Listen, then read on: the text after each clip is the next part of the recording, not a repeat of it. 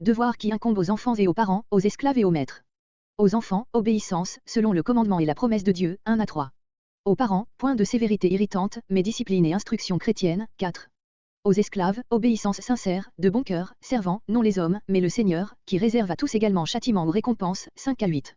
Aux maîtres, agir par les mêmes principes, sans dureté, car il y a un même Seigneur dans le ciel, devant qui tous sont égaux, 9. Verset 1. Verset 1 à 9. Devoir qui incombe aux enfants et aux parents, aux esclaves et aux maîtres. Dans le Seigneur Jésus-Christ, dans le même sens et par les mêmes motifs que Éphésiens 5.21, Éphésiens 5.24, note, comparez Colossiens 3.20. Juste et selon la nature et selon la loi divine et selon l'évangile dans le Seigneur. Verset 2. Le premier commandement de la seconde table de la loi, se rapportant au devoir envers les hommes, car l'apôtre n'ignorait pas que le second commandement de la première table a aussi une promesse, à moins qu'il ne la considérât pas comme une promesse faite spécialement à l'observation du second commandement, mais plutôt comme une déclaration générale de la miséricorde de Dieu, s'appliquant à toute obéissance, Exode 20.6. Verset 3. Deutéronome 5.16. La terre est celle que l'Éternel ton Dieu te donne, Canaan, Exode 20.12. Dans ce sens, qui est évidemment celui de la citation, l'apôtre ne pouvait pas restreindre la promesse à sa signification littérale, mais il l'entend d'une manière spirituelle, Canaan étant pour tout Israélite éclairé l'image d'une meilleure patrie, Hébreux 11.14-16, Hébreux 4.8, Hébreux 4.9, Matthieu 5.5. Verset 4. Comparez Colossiens 3.21, où l'apôtre ajoute, comme motif de ne pas irriter les enfants, grecs, excités à la colère, afin qu'ils ne perdent pas courage. Dans notre passage se trouve le côté positif aussi bien que négatif de l'exhortation, ne pas les irriter, mais les élever dans la discipline, etc. Les pères chrétiens doivent dans l'éducation de leurs enfants, allier sagement la sévérité et la douceur, la première se trouvera dans la discipline, la seconde dans l'enseignement, ou plutôt avertissement, admonition. Mais il s'agit de la discipline et de l'enseignement du Seigneur, parce que l'une et l'autre doivent être pénétrées de son esprit. Also 100. Verset 5. Voir sur cette expression de profond respect de Corinthiens 7.15, note. Il s'agit ici d'esclaves en présence de leurs possesseurs, mais cette obéissance ne doit pas être moins respectueuse lorsque les serviteurs voient des frères dans leur maître, 1 Timothée 6.1, 1 Timothée 6.2. Ce dernier passage indique aussi le motif pour lequel l'apôtre revient si souvent sur cette obéissance des esclaves, Colossiens 3.22, Colossiens 2.9, comparez 1 Pierre 2.18, c'est, afin qu'on ne blasphème point le nom de Dieu et sa doctrine, ce qui aurait eu lieu si les esclaves convertis à l'évangile avaient montré un esprit de révolte. Sans doute le christianisme devait nécessairement amener l'abolition de l'esclavage, mais par son influence spirituelle, du dedans au dehors et non par la violence, voir l'épître à Philémon 1.1 et comparer 1 Corinthiens 7.21, note. Verset 8. Le chrétien, même dans la position la plus humble, a toujours ce sublime motif d'obéissance, c'est qu'il peut oublier les hommes et se souvenir qu'il sert le Seigneur, qui a fait sa position et dont il voit la volonté dans la tâche qui lui est donnée à accomplir. L'apôtre, parlant ici à la classe la plus malheureuse des hommes, revient 4 fois sur cette pensée, obéissez comme à Christ, Éphésiens 6.5, faisant la volonté de Dieu, comme serviteur de Dieu, Éphésiens 6.6, servant le Seigneur, avec bonne volonté, Éphésiens 6.7. Enfin, eût senti même des maîtres qui ne reconnaîtraient point leur bonne conduite, ce qui n'arrive que trop souvent, ils n'y perdraient rien auprès du Seigneur à qui ils regardent, Éphésiens 6.8. Verset 9. L'apôtre n'ordonne pas non plus aux maîtres de libérer leurs esclaves, mais, s'ils se pénètrent de ces injonctions selon l'esprit de l'Évangile, cette conséquence sera inévitable. Quel maître chrétien pourra posséder ou vendre son frère, racheté comme lui au prix du sang de Jésus, héritier avec lui de la vie éternelle? Le christianisme suppose l'égalité devant Dieu et la liberté de tous ceux qui croient, il devait tôt ou tard faire régner la liberté et l'égalité dans la société, mais ces fruits, qui n'étaient guère prévus dans l'origine, ont mûri plus tard, comme tant d'autres. Ils étaient déjà renfermés en principe dans ces 2 raisons données ici aux maîtres de bien traiter leurs esclaves, ils ont eux-mêmes leur maître, grec, Seigneur, dans le ciel et devant lui maître et esclave sont égaux. Une variante porte, leur maître est le vôtre. Ces exhortations, du reste, malgré les différences de position, sont parfaitement applicables aux rapports actuels des maîtres et des serviteurs. Verset 10. Soyez fortifiés, saisissez l'armure de Dieu, car, outre la chair et le sang, les ennemis spirituels sont nombreux et puissants et il s'agit, au mauvais jour, de vaincre et de rester debout, octobre 2013. Les armes de Dieu sont, la vérité, la justice, la paix, la foi, l'assurance du salut, l'esprit et la parole de Dieu, 14 à 17. Par-dessus tout, la prière pour tous les saints et pour moi, afin qu'il me soit donné d'annoncer avec hardiesse le mystère de l'Évangile, 18 à 20. Versets 10 à 20 les ennemis et les armes du chrétien. Par cette particule conclusive, qui fait attendre un dernier mot, une dernière exhortation, l'apôtre passe en effet à une pensée finale qui devait lui tenir fortement à cœur. À la fin d'une lettre dans laquelle il a exposé pour le monde païen toute la grandeur de la dispensation évangélique, toutes les richesses de la grâce divine envers ceux qui n'étaient point le peuple de Dieu, après avoir également retracé les principaux traits de la vie chrétienne, il ne fallait pas que nul pût se persuader d'avoir déjà atteint le but. On n'y arrive qu'au travers de rudes combats, il importe que tous en soient prévenus et sachent où est la source de la force. C'est pourquoi l'apôtre dirige d'abord leur pensée sur l'ennemi, dont il décrit la nature et toute la puissance, puis, il montre où est le secours et quelles sont les armes défensives et offensives du chrétien, au moyen desquelles il peut tout surmonter et demeurer ferme, Éphésiens 6.10-20. Verset 11. D'une part, les armes de Dieu, grec, panoplia, l'armure entière, de l'autre, les artifices du diable, c'est-à-dire ces tentations pleines de ruses, comparez Éphésiens 4.14, où se trouve le même mot, voilà le contraste que l'apôtre va développer, l'ennemi, Éphésiens 6.12, la défense, Éphésiens 6.13-17. La simple indication de cette lutte explique pourquoi Paul, dès le début, Éphésiens 6.10, engage ses frères à chercher leur force, non pas en eux-mêmes, mais uniquement dans le Seigneur et dans la force de sa puissance. Ces derniers mots forment un énergique pléonasme qui donne plus de relief à la pensée. Verset 12. Il serait difficile de dire en termes plus positifs que ne le fait ici l'apôtre, qu'il y a, outre la corruption naturelle de l'homme, une puissance du mal beaucoup plus grande, un royaume des ténèbres, auquel les méchants sont asservis et qui est en lutte continuelle contre le règne de Dieu et ceux qui lui appartiennent. La chair et le sang, ici le sang et la chair, seul passage où ces deux mots se trouvent dans cet ordre, signifie, comme toujours dans l'Écriture, Matthieu 16.17, note, 1 Corinthiens 15.50, note, Galates 1.16, la nature déchue de l'homme dans laquelle règne le péché. La chair et le sang, soit en nous-mêmes, soit dans les autres hommes, nous présentent sans cesse des sujets de tentation. Comment donc l'apôtre peut-il dire que ce n'est pas là l'adversaire avec lequel nous avons à combattre, grec, la lutte?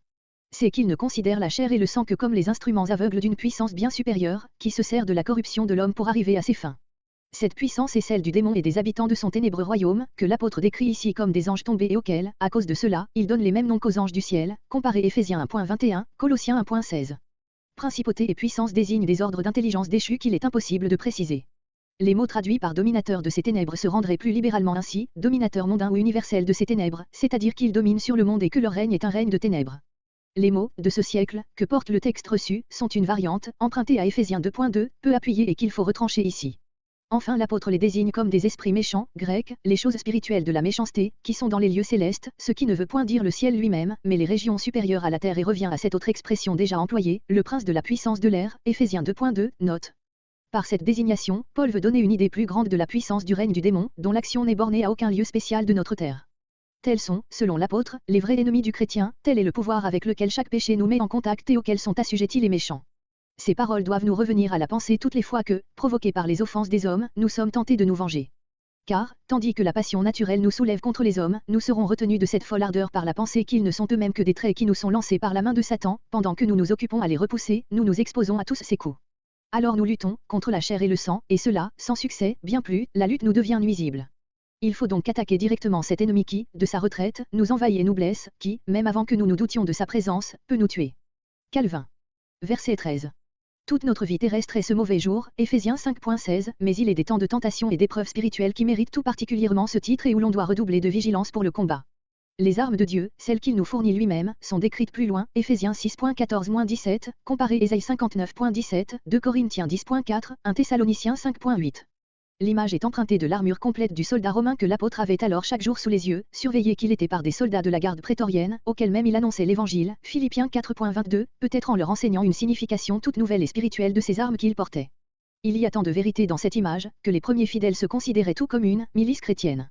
Leurs ennemis étaient ceux que l'apôtre décrit ici, leur mot d'ordre, la prière, Éphésiens 6.18, ce qu'il avait à conquérir, la couronne de gloire. Tout accompli, remplit toute votre tâche. D'autres traduisent ce mot par, ayant tout surmonté, vaincu, abattu, et tenir ferme par rester debout. C'est l'image du soldat qui, la bataille finie, n'est pas tombé, mais se trouve debout et victorieux. Verset 14. D'abord, les armes défensives et protectrices. Et avant tout la ceinture, qui relevait et serrait autour des reins les grands vêtements flottants des anciens, afin que la marche n'en fût pas gênée, elle servait, de plus, à consolider les reins et à affermir le soldat. L'apôtre commence par ceindre ce combattant, qui, par nature, laisse traîner sur la terre et flotter à tous les vents ses désirs et ses pensées, la ceinture remet tout en ordre, afin qu'il puisse courir librement. Chrysostome. Cette ceinture, c'est la vérité. Vérité divine clairement reconnue et devenue vérité pratique au-dedans, c'est-à-dire sincérité, droiture du caractère, qui est toute communion avec le royaume du mensonge et des ténèbres, Éphésiens 4.21, voilà la force qui recueille les pensées errantes, la lumière qui fait reconnaître l'ennemi sous tous ses déguisements et rend l'âme capable de lutter victorieusement. L'arme offensive elle-même, l'épée, Éphésiens 6.17, était suspendue à cette ceinture. La cuirasse, qui met le corps à l'abri des coups mortels, c'est cette justice parfaite de Christ, imputée au pécheur par la foi et qui, lui donnant une joyeuse assurance de son salut, le renfort de la paix de son Dieu, Romains 5.1, et de la certitude de la victoire, Romains 8.30 et suivants. D'autres préfèrent l'idée de la justice pratique, le sentiment d'une bonne conscience. Dans ce sens aussi, la justice est indispensable, mais suffirait-elle pour amortir les plus rudes coups? Puis, ne serait-elle pas à peu près synonyme de vérité? Verset 15. Grec, la préparation, ou la promptitude, de l'évangile de la paix. Une bonne chaussure, les sandales, étaient nécessaires aux soldats pour la sûreté et la promptitude de la marche, comparez Ésaïe 5.27. C'est cette promptitude que l'Évangile donne aux chrétiens pour le combat, il le rend alerte, agile, prêt à agir, parce qu'il sait où il met le pied, où il va, ce qu'il a à faire, et surtout il jouit de la paix qu'il puise dans l'Évangile. De là cette désignation, l'Évangile de la paix. Verset 16. Pour montrer combien sont dangereux et souvent terribles les assauts de l'ennemi, l'apôtre les compare à des traits enflammés, projectiles garnis d'étoupes et de poix allumés, dont on faisait usage pour incendier les villes assiégées, les machines de guerre et qu'on lançait même contre les hommes. Cette image rappelle les mauvaises pensées, les ardentes passions que Satan inspire et dont il est habile à profiter pour en faire des instruments de ses desseins meurtriers.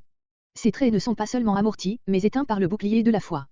La foi, qui regarde aux choses invisibles, à la sainte volonté de Dieu, qui inspire le dégoût des délices du péché, et met le chrétien en possession des biens éternels de l'âme, la foi, dans toutes ses applications et dans son invincible puissance, tel est le seul moyen de surmonter le monde, 1 Jean 5.4, 1 Pierre 5.9. Verset 17. Le salut, c'est, dès ici-bas, la sûre et joyeuse espérance de la parfaite délivrance, de la dernière victoire, après laquelle il n'y a plus de combat, 1 Thessaloniciens 5.8, comparé Ésaïe 59.17. Le casque préserve la tête du combattant, le soldat de Christ peut, au fort de la lutte, élever la tête pour voir approcher sa délivrance, Luc 21.28.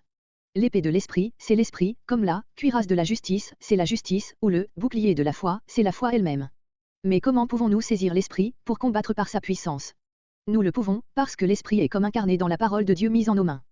Qu'on ne s'étonne pas de voir l'Esprit de Dieu ainsi identifié avec la parole de Dieu, cette parole est, esprit et vie, Jean 6.63, elle est, vivante et efficace, plus pénétrante que nulle épée à deux tranchants, Hébreux 4.12, l'Évangile est lui-même tout entier, la puissance de Dieu, parce qu'il est esprit, Romains 1.16, voilà l'arme offensive du combattant chrétien, la seule que l'apôtre indique ici, mais qui est pleinement suffisante. C'est celle dont le Sauveur lui-même fit victorieusement usage dans sa tentation, Matthieu 4.4, Matthieu 4.7, Matthieu 4.10. Plusieurs interprètes trouvant difficile à admettre cette identification de la parole de Dieu et du Saint-Esprit pensent que l'épée de l'Esprit signifie l'épée que fournit le Saint-Esprit et qui est la parole de Dieu. Le grec ne s'oppose pas à cette traduction. Verset 18.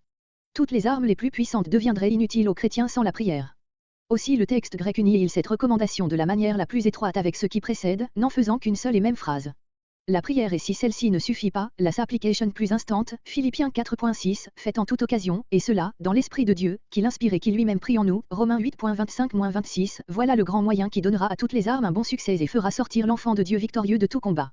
Verset 19. Paul ne demande pas seulement les prières de ses frères pour tous les saints, mais aussi pour lui-même et tout spécialement pour le succès de son ministère, de sa prédication, qui était la grande, la seule affaire de sa vie. Bien assuré que Dieu exauce ses propres prières, il éprouve pourtant le besoin de celles de ses frères, parce qu'il sait que Dieu, dans sa tendre miséricorde, a ouvert à ses enfants une nouvelle source de consolation et de force dans la communion de leurs prières, à laquelle sont faites des promesses spéciales de bénédiction, Matthieu 18.19, Matthieu 18.20, Philippiens 1.19. Quelle puissance les ministres de la parole de Dieu trouveraient dans les prières de leurs auditeurs, si ceux-ci étaient plus fidèles à en offrir à Dieu pour eux. Paul exhorte ses frères à prier afin, dit-il, qu'il me soit donné de parler librement, c'est ainsi que nous interprétons le texte qui porte littéralement, afin que parole me soit donnée dans l'ouverture de ma bouche. Quelques-uns expliquent ces mots, que Dieu me donne le discours que je dois tenir, quand j'ouvre la bouche. D'autres, que la capacité de parler me soit donnée, de Dieu, en ce qu'il m'ouvre la bouche. Verset 20. Ambassadeur dans les chaînes, quel contraste. C'est ainsi que l'envoyé ressemble à celui qui l'a envoyé, Jésus-Christ n'avait pas été mieux traité par les hommes. On comprend que, dans cet état, l'apôtre parle à deux reprises de cette sainte hardiesse dont il a besoin et qu'il attend des prières de ses frères. En lui, c'est-à-dire en l'Évangile, soit que l'apôtre désigne le fondement sur lequel il s'appuie, soit qu'il entende la prédication de la bonne nouvelle qui lui incombe. Verset 21. Tychique est envoyé aux Éphésiens afin que, connaissant l'état de l'apôtre, il soit consolé, 21-22. Vu que ces prières de Paul pour ses frères, 23-24. Verset 21 à 24 conclusion. Vous aussi, c'est-à-dire aussi bien que les Colossiens, auxquels il écrivait en même temps, voir l'introduction. Sur Tychique, qui se trouvait près de l'apôtre, voir, Acte 20.4, Colossiens 4.7, Colossiens 4.8, 2 Timothée 4.12, 2 Timothée 3.12. Verset 22. En vous apportant de mes nouvelles et en général, qu'il vous console par sa présence, par les dons de sa foi. Verset 23. La paix, qui ne subsiste que dans une communion habituelle avec Dieu, augmente l'amour pour lui dans le cœur du fidèle. L'une et l'autre sont produits par la foi, don de Dieu, que l'on peut et doit toujours souhaiter, même à ceux qui croient déjà, car il faut que tous les éléments de la vie intérieure soient constamment en progrès. La source inépuisable de toutes ces grâces, c'est Dieu le Père et Jésus-Christ le Seigneur. La prière s'adresse à Christ aussi bien qu'à Dieu, preuve de son éternelle divinité, comparé 2 Corinthiens 13.13, note. Verset 24. Grec, en incorruptibilité, dans cette puissance de vie divine et impérissable que Christ a mise au jour par son évangile, 2 Timothée 1.10. L'amour du vrai chrétien pour son Sauveur participe pleinement de cette vertu, fruit de l'Esprit de Dieu et ne saurait jamais cesser. À ceux qui aiment ainsi Jésus, Paul souhaite la grâce. La grâce qui est l'effet de l'amour de Jésus-Christ pour nous et qui devient encore la récompense de notre amour pour lui. On doit tout attendre de lui quand on l'aime, tout craindre quand on ne l'aime pas. 1 Corinthiens 16.22, Quesnel.